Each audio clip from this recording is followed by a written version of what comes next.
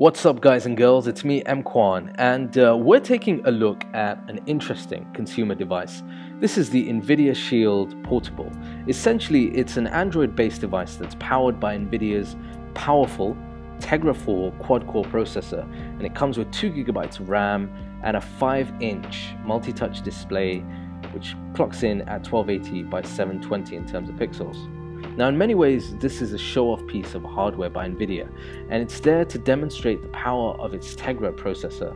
Now from a hardware perspective, this looks to me like an Xbox controller but with a screen. It's great in the hands, and actually with extended use over time that I had it for, it didn't cause me major wrist discomfort, which is, good overall. Now it's made out of plastic, but it feels really solid, and you've got a range of buttons and joystick style movement controllers, which Nvidia is calling precision controllers, and it has great speakers as well.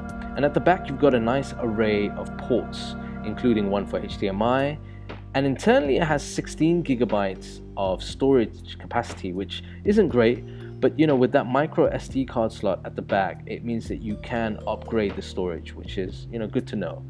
Now the Shield also has a fan, which I was surprised at because I had no experiences with any noise whatsoever. It has a fan, and it also has a really cool looking vent at the front, which is pretty neat, and it adds to the overall kind of gamer feel of this device. So what's it like to play games? Well, there are essentially two main ways you can do that. There's a disappointing option, which would be to download games via the Android App Store or the Google Play App Store. Now this is disappointing because many of these I found didn't utilize the full specs the beast has, and as well as that, there can be issues with the controllers and with certain buttons. But looking past that, there is the Shield Store, which is a whole, and I mean whole, different story. The Nvidia Shield Hub comes preloaded on it, and it features around about 200 Shield optimized games, and these include games like Portal and Half-Life 2 that are designed for the Shield's controllers.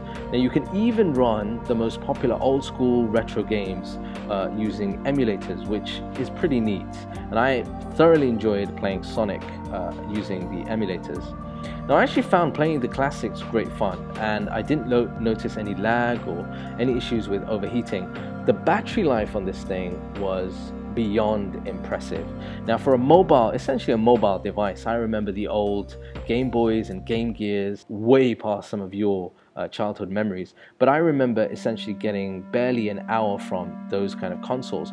But with this, I was impressed because I ran about 4 to 5 hours of game use. Now, if you play some of the more graphic intensive games, then obviously you're not going to get as good battery life, but that's something to still be impressed with.